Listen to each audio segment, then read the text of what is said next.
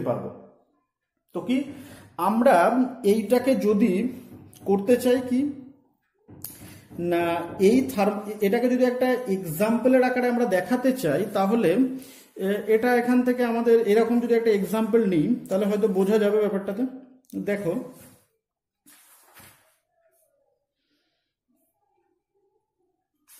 আমরা একটা এক্সাম্পল এখানে নিচ্ছি। বলছে একটি প্রক্রিয়ায় সিস্টেম কর্তৃক পরিবেশের ওপর 500 লিটার অ্যাটমসফিয়ার চাপ আয়তনিক কার্য সম্পাদিত হয় এবং সিস্টেম তার পরিবেশ থেকে 20,000 জুল তাপ শোষণ করে, তবে সিস্টেমের অন্তর্শক্তির পরিবর্তন কত হবে, মানে ইন্টারনাল এনার্জি চেঞ্জটা কত হবে। এখানে আমাকে বলেছে কি, দেখো আমরা এইরকম একটা নিউমেরিক্যাল প্রবলেম সলভ করতে চাইছি। প্রবলেমটা আমি ভাষায় যেটা বললাম সেটাকে যদি আমি সংক্ষিপ্তভাবে সিস্টেমের ওপর বলি, বলছে এইরকম একটা থার্মোডাইনামিক সিস্টেম আমার রয়েছে, এইরকম একটা থার্মোডাইনামিক সিস্টেম রয়েছে, যে সিস্টেমটা কি করছে বলেছে, ভালো করে শুনে নাও প্রবলেমটা। বলছে যেটা কি একটি প্রক্রিয়ায় সিস্টেম কর্তৃক পরিবেশের ওপর 500 লিটার অ্যাটমসফিয়ার চাপ আয়তনিক কার্য সম্পাদিত হয়। তাহলে সিস্টেম কর্তৃকৃত কার্য, তাহলে সিস্টেম একটা প্রক্রিয়াতে সিস্টেম কর্তৃক পরিবেশের ওপর, তার মানে সিস্টেম নিজে কার্য করছে ক্ষেত্রে কতটা কার্য, অর্থাৎ সিস্টেম এই পিস্টনটাকে ঠেলে তুলছে, that is work done by the system, this types of work. এবং কতটা ওয়ার্ক এখানে, এই ডব্লুটাকে আমরা কি বলবো তাহলে, এই ধরনের ওয়ার্ক ডানটা, যে ওয়ার্ক ডানের ফলে সিস্টেমের নিজস্ব এনার্জিটা কমে যাচ্ছে, this types of work done করার আগে আমাকে সাইন কনভেনশন কি দিতে হবে, মাইনাস, অবশ্যই মাইনাস ইউজ করতে হবে। তাহলে ডব্লু সমান হচ্ছে মাইনাস 500 লিটার অ্যাটমসফিয়ার, তার মানে 500 litre into atmosphere. Litre atmosphere energy একটা ইউনিট বটে। তো এই পরিমাণ ওয়ার্ক ডান সিস্টেম নিজে করলো। আর কি বলেছে না, বলেছে সিস্টেম তার পরিবেশ থেকে 20,000 জুল তাপ শোষণ করলো। সিস্টেম তার সারাউন্ডিংস থেকে 20,000 জুল তাপকে শোষণ করেছে, কিউকে শোষণ করেছে। তাহলে এই পরিমাণ তাপ শোষণ করার ফলে সিস্টেমের নিজের এনার্জিটা কি হয়ে গেল, বেড়ে গেল। তাহলে this types of Q with sign কি হবে, প্লাস কিউ। তাহলে আমরা এবার এইখান থেকে আমাকে বলতে চেয়েছে যে এই থার্মোডাইনামিক সিস্টেমের ইন্টারনাল এনার্জি বা অভ্যন্তরীণ শক্তিটার পরিবর্তন তাহলে কত ঘটলো। এবার আমরা ফার্স্ট ল অফ থার্মোডাইনামিক্স এর যে মেইন ইকুয়েশন দেখেছিলাম কি, ডেল ইউ সমান কিউ প্লাস ডব্লিউ। এই সমীকরণটাতে যদি শুধুমাত্র নিউমেরিক্যাল ভ্যালুগুলোকে আমি বসিয়ে দিই তাহলে এই প্রবলেমটা ভুল হয়ে গেল। অর্থাৎ ডেল ইউ সমান যদি আমি লিখি, কিউটা হচ্ছে 20,000 আর 500 লিটার অ্যাটমসফিয়ার, এই লিটার অ্যাটমসফিয়ারকে যখন আমি জুলে করতে চাইবো তাহলে 500 ইন্টু এটা 101.3 দিয়ে যদি গুণ করি তাহলে এটা জুলে রূপান্তরিত হবে। তাহলে এই ডব্লুর জায়গায় যদি আমি শুধুমাত্র 500 ইন্টু 101.3 বসিয়ে দিই তাহলে এই প্রবলেমটা ভুল হয়ে গেল। কোন জায়গা থেকে ভুল হলো, কারণ ফার্স্ট ল অফ থার্মোডাইনামিক্স এর এই ফর্মটা তৈরি করা হয়েছে কিসের উপর বেস করে, না সিস্টেম হিট নিচ্ছে, সিস্টেমের ওপর ওয়ার্ক ডান করা হচ্ছে, এই কনসেপ্টের উপর বেস করে এই সমীকরণটা। তাহলে আমার এখানে ওইটার সাথে তো এটা ম্যাচ করছে না, সিস্টেম হিট নিচ্ছে এখানে কিন্তু system at the same time নিজে ওয়ার্ক ডান সম্পন্ন করছে। তাহলে সঠিকভাবে এই প্রবলেমটা সলভ করার ক্ষেত্রে আমাকে যেটা করতে হবে সেটা হচ্ছে ডেল ইউ এর মানটা, এই ইকুয়েশনটাকে আমাকে প্রথমে কারেক্টেড করে নেওয়া উচিত যেহেতু সিস্টেম কিউ পরিমাণ হিটটা নিচ্ছে, তাহলে ডেল ইউ সমান এক্ষেত্রে কিউ এর ভ্যালুটা প্লাস, কিন্তু সিস্টেম যেহেতু নিজে থেকে ওয়ার্ক ডান করছে, এই ধরনের ওয়ার্ক ডানটা হচ্ছে negative work, that is minus W. তাহলে আলটিমেটলি এই থার্মোডাইনামিক সিস্টেমের ক্ষেত্রে ফার্স্ট ল এর ওয়ার্কিং ইকুয়েশনটা এসে দাঁড়ালো এটা। এইবার এক্ষেত্রে আমি চোখ বুঝে তার নিউমেরিক্যাল ভ্যালুগুলোকে যদি বসিয়ে দিই, তাহলে আমরা কি পেয়ে যাব? তাহলে আমরা এখান থেকে সঠিক অ্যান্সারটা পাবো। এবার এই সমস্যা, এই ঝামেলাটাকে এড়ানোর জন্য আমরা যদি এই যে ইকুয়েশন অলরেডি যেটা আমরা এস্টাবলিশ করেছি, এই ইকুয়েশনে কিউ এর ভ্যালুটা ওই সাইন দিয়ে বসিয়ে দিই, কিউ এবং ডব্লিউর ভ্যালুটা, তাহলেই কিন্তু অটোমেটিক্যালি আমার ইকুয়েশনও কারেক্টেড হলো, নিউমেরিক্যাল ভ্যালুগুলো সেম, মানে এট দ্য সেম টাইম সঠিক ভ্যালু আমরা পেলাম। তাহলে এক্ষেত্রে এই সমীকরণটাকে আগে চেঞ্জ না করে, মানে আমার উচিত সমীকরণটাকে আগে প্রপারলি চেঞ্জ করে তার উপর নিউমেরিক্যাল ভ্যালু বসানো, কিন্তু এই খাটনিটা অ্যাভয়েড করার জন্য আমরা প্রথমে কি করব না, এই সমীকরণটাকে আমরা সমীকরণ হিসেবে ইউজ করব যদি সাইনগুলোকে আমরা অ্যাপ্লাই করে এর উপর ভ্যালুটাকে বসিয়ে দিতে পারি। কিরকম? তাহলে এখানে কিউ এর ভ্যালুটা কি? কিউ এর ভ্যালুটা পজিটিভ, তার মানে ডেল ইউ সমান আমি লিখতে পারি 20,000 জুল। ডব্লুটা সমান আমি কি লিখতে পারি? ডব্লু সমান আমার এক্ষেত্রে ডব্লুটা কিন্তু নেগেটিভ, তাহলে উইথ সাইন দিয়ে যদি নিউমেরিক্যাল ভ্যালুটাকে এখানে বসিয়ে দিই, মাইনাস 500 ইন্টু 101.3 এত জুল। তাহলে এইটা এখান থেকে যে অ্যান্সারটা বেরিয়ে আসবে, this is the right answer. এখান থেকে যে অ্যান্সারটা বেরিয়ে আসবে, দেখো দুটো যোগফল হয়ে যাচ্ছে, কিন্তু এক্ষেত্রে এটা বিয়োগফল। This is the right answer. এটাই কিন্তু ইন্টারনাল এনার্জির এক্স্যাক্ট চেঞ্জ, এক্স্যাক্ট পরিবর্তন।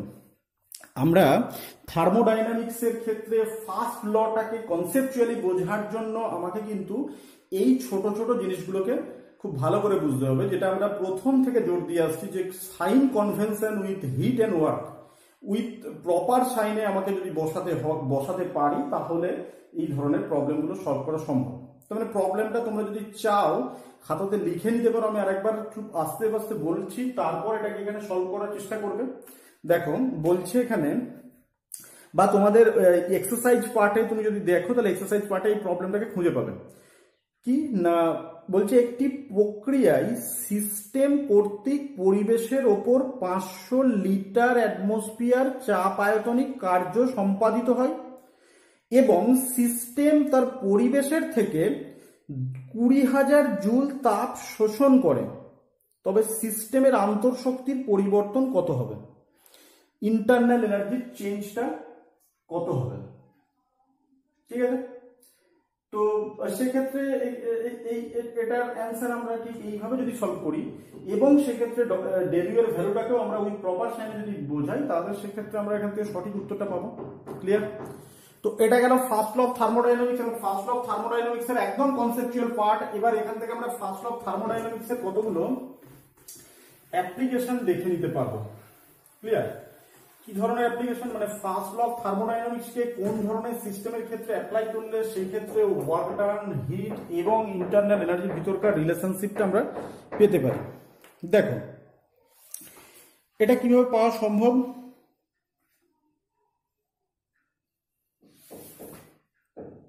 ফার্স্ট ল অফ থার্মোডাইনামিক্স বা তাপগতিবিদ্যার প্রথম সূত্রটাকে আমরা কি করতে পারি না, কতগুলো ক্ষেত্রে যদি অ্যাপ্লাই করতে চাই, আমার একদম ফার্স্ট আমার প্রথম সূত্র হিসেবে কি দাঁড়ালো, ডেল ইউ সমান Q plus W. This is the first law of thermodynamics. First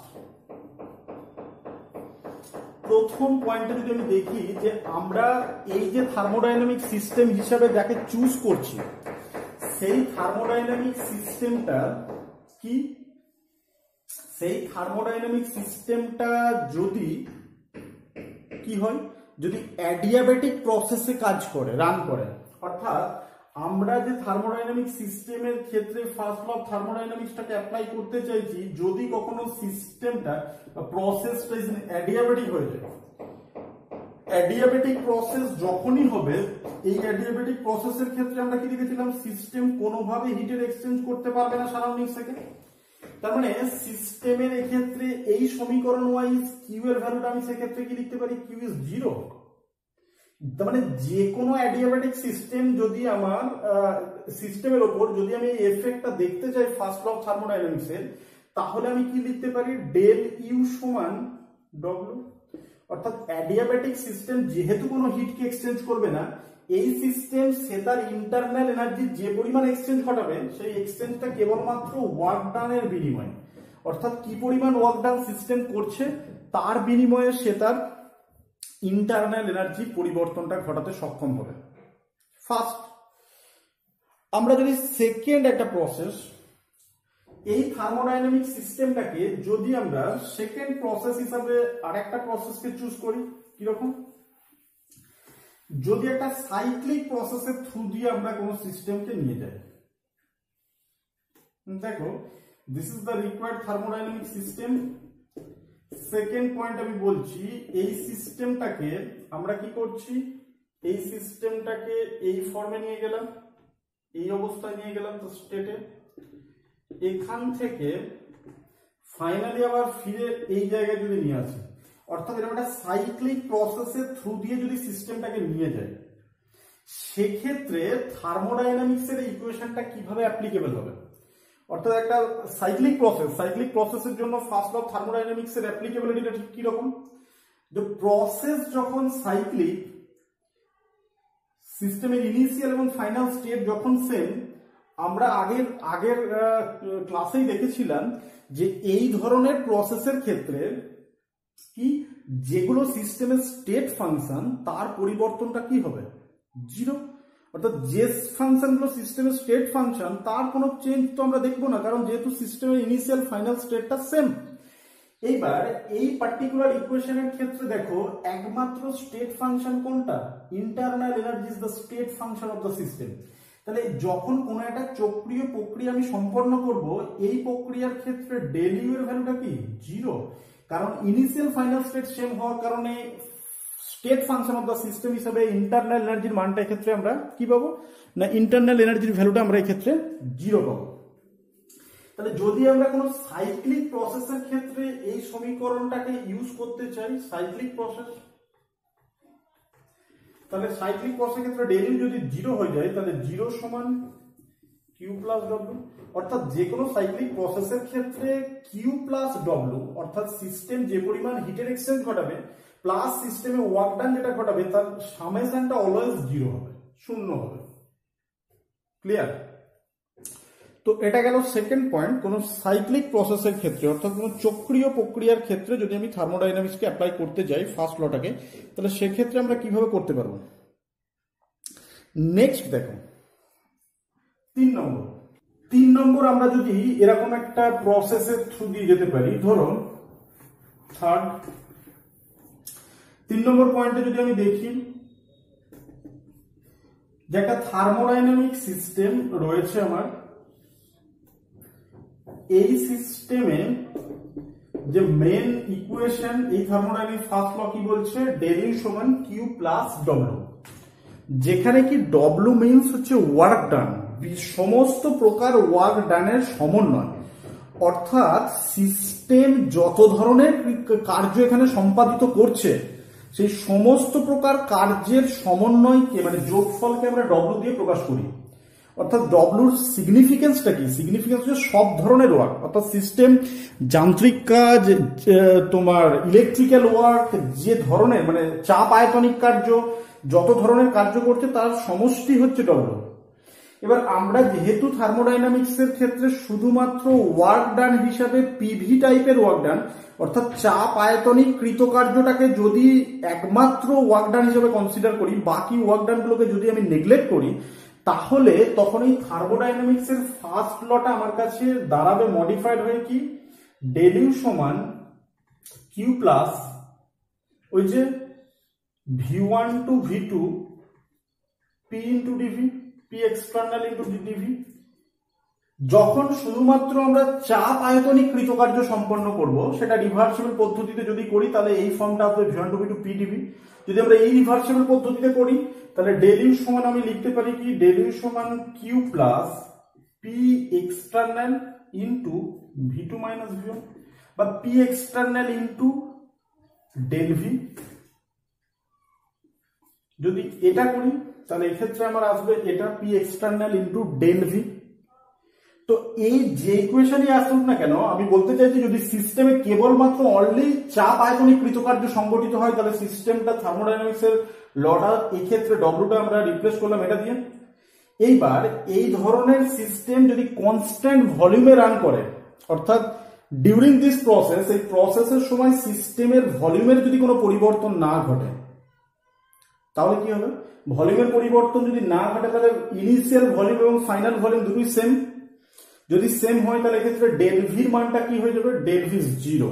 তাহলে এক্ষেত্রে ডেল ভি বা ডিভি যাই বলো না কেন এর ভ্যালুটা হয়ে যাবে জিরো।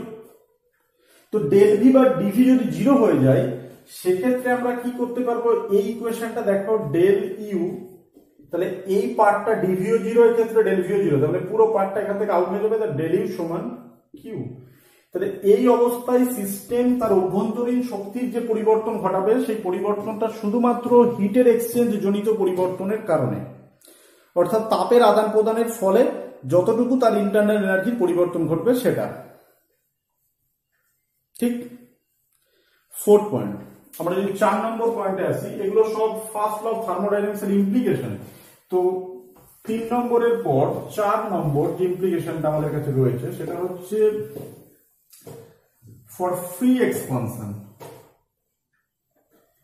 ফর ফ্রি এক্সপানশন, মুক্ত সম্প্রসারণ। যদি মুক্ত সম্প্রসারণ আমরা কনসিডার করি কোনো থার্মোডাইনামিক সিস্টেমের ক্ষেত্রে, হোয়াট ইজ ফ্রি এক্সপানশন সেটাকে আমাকে আগে ফার্স্ট ক্লিয়ার করতে হবে। মুক্ত সম্প্রসারণ বা ফ্রি এক্সপানশন এই থার্মোডাইনামিক সিস্টেমের ক্ষেত্রে যেটা বলছে সেটা হচ্ছে কি না, যখন কোনো থার্মোডাইনামিক সিস্টেমের ওপর পি এক্সটার্নাল প্রেসার হিসাবে আমরা জিরো প্রেসারকে অ্যাপ্লাই করব, ওই জিরো প্রেসারের এগেনস্টে সিস্টেম যে কৃতকার্য সম্পন্ন করবে, দিস ইজ কল্ড কি না ফ্রি এক্সপানশন।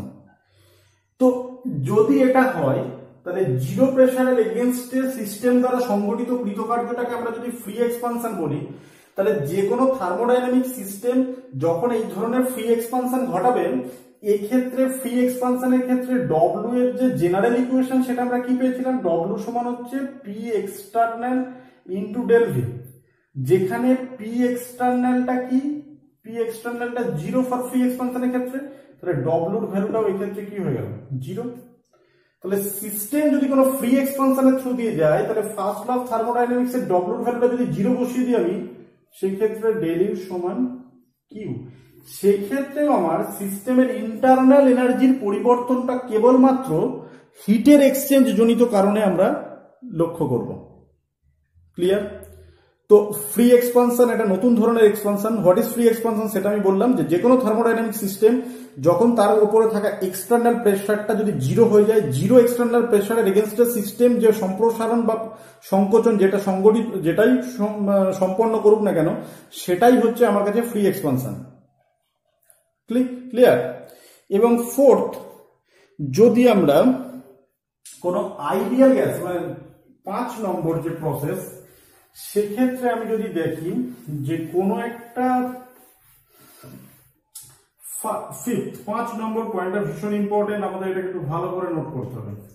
যদি আমরা কোনো থার্মোডাইনামিক সিস্টেম একটা আইডিয়াল গ্যাস বা একটা আদর্শ গ্যাসের ক্ষেত্রে সমষ্ণ আইসোথার্মাল এক্সপানশন অথবা কম্প্রেশন, একটা আদর্শ গ্যাস, সেই গ্যাসটা যদি সমষ্ণ প্রক্রিয়ার মধ্য দিয়ে সে তার এনার্জি এক্সচেঞ্জটাকে ঘটিয়ে ফেলে, এই সমষ্ণ প্রক্রিয়ার ক্ষেত্রে এই সম্প্রসারণই হোক সেটা বা সংকোচন যাই হোক না কেন, যে কোনো আদর্শ গ্যাস যদি আইসোথার্মাল প্রসেসের থ্রু দিয়ে আর একটা স্টেট রিচ করে, তাহলে দেখো প্রসেস ইজ আইসোথার্মাল হওয়ার কারণে আমরা দেখেছিলাম যে কোনো সিস্টেমের ইন্টারনাল এনার্জি বা অভ্যন্তরীণ শক্তি হচ্ছে কেবলমাত্র সিস্টেমের কি না, অভ্যন্তরীণ শক্তিটা হচ্ছে সিস্টেমের ডিপেন্ডেন্ট অনলি অন টেম্পারেচার, টেম্পারেচারের ওপর ডিপেন্ড করে কেবলমাত্র অভ্যন্তরীণ শক্তি? যে কোনো সিস্টেমের যদি টেম্পারেচারের কোনো পরিবর্তন না হয় তাহলে অভ্যন্তরীণ শক্তির কোনো পরিবর্তন ঘটবে না। কার ক্ষেত্রে? না, আদর্শ গ্যাসের ক্ষেত্রে টেম্পারেচারের পরিবর্তন ছাড়া অভ্যন্তরীণ শক্তির পরিবর্তন সম্ভব নয়। তাহলে ফর আইডিয়াল গ্যাস যদি অভ্যন্তরীণ মানে টেম্পারেচার যদি সিস্টেমের অপরিবর্তিত থাকে তাহলে এখানেও টি টেম্পারেচার যদি রিমেন সেম থাকে তাহলে এই আইসোথার্মাল প্রসেসের ক্ষেত্রে আমরা বলতে পারি তাহলে সিস্টেমের ডেলিউ যেটা রয়েছে ইন্টারনাল এনার্জি পরিবর্তন এটাও তো জিরো, কারণ টেম্পারেচার পরিবর্তন না হলে ইন্টারনাল এনার্জির মানও দুটো স্টেট সেম, তাহলে ডেলিউ এর ভ্যালু জিরো। তাহলে ডেলিউ এর ভ্যালু যদি জিরো হয় তাহলে এই ক্ষেত্রে আমরা কি করতে পারি? কিউ প্লাস ডব্লিউ সমান জিরো, বা কিউ সমান মাইনাস ডব্লিউ, বা ডব্লিউ সমান মাইনাস কিউ। তাহলে এই ধরনের প্রক্রিয়ার ক্ষেত্রে থার্মোডাইনামিক্সের ফার্স্ট লটা কি হয়ে গেল? ফার্স্ট লটা দাঁড়ালো কি? এই ধরনের প্রক্রিয়ার ক্ষেত্রে কিউ সমান হচ্ছে মাইনাস ডব্লিউ। ওকে, তো এইগুলো গেল ফার্স্ট ল অফ থার্মোডাইনামিক্সের ইমপ্লিকেশন। তো এই 5টা ইমপ্লিকেশন এবং এই থার্মোডাইনামিক্সের ফার্স্ট ল এর কনসেপ্ট, এটা আমাদের কাছে খুব গুরুত্বপূর্ণ একটা পয়েন্ট। এটা আমরা যদি ঠিকঠাক করতে পারি তাহলে নেক্সট আমাদের নিউমেরিক্যাল এক্সারসাইজে যে নিউমেরিক্যাল প্রবলেমগুলো আছে সেটা সলভ করার চেষ্টা করতে হবে নেক্সট পার্টে। ওকে, ক্লিয়ার?